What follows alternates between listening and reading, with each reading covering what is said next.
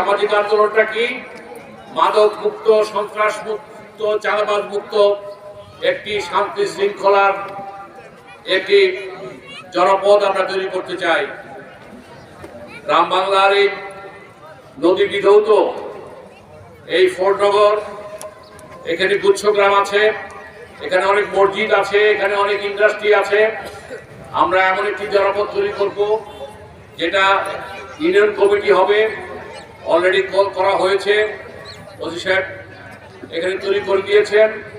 আমি শুধু এটুকু বলতে চাই যে আজকে যে সিদ্ধান্ত হলো এটা পড়তে চাই আপনাকে, এটাকে আমাদের সোসাইটির পক্ষ থেকে ওসি সাহেবের বক্তব্য অনুযায়ী এটা ফোর্টনগর ডিক্লারেশন 25 আমরা ঘোষণা করছি। ফোর্টনগর ওয়ার্ড নং 1-কে মডেল ওয়ার্ড ঘোষণা আজকে থেকে করা হলো। সেই লক্ষ্যে সিংগাইর থানা পুলিশের সহযোগিতায় মাদক মুক্ত, সন্ত্রাস মুক্ত, চাঁদাবাজ মুক্ত এলাকা ঘোষণা করা হলো। আমরা এই আজকে মিটিং শেষের পর থেকে আমরা আমাদের কার্যক্রম চলবে। সেই লক্ষ্যে সোসাইটির নেতৃবৃন্দ অর্থাৎ আমরা, ওসি সাহেব যে কমিটিটা করেছে, আমরা সেখানে উপদেষ্টার ভূমিকায় থাকবো।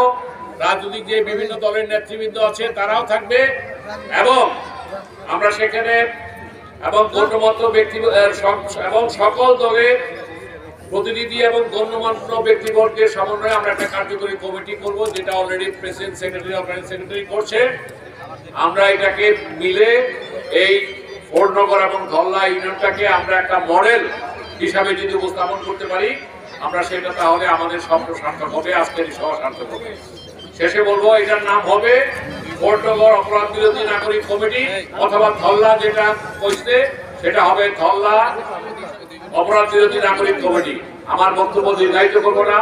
আজকে কষ্ট স্বীকার করে আপনারা যারা এসেছেন, এখানে আমাদের আলেম ওলামারা আছেন, সকল দলের প্রতিনিধির সমন্বয়ে ভবিষ্যতে আমরা যাতে এগিয়ে যেতে পারি এবং এই ঢাকার থেকে ঢোকার দ্বার প্রান্তে আমরা এটাকে যেন একটা model ward, model union, model থানা আমরা এই করতে পারি।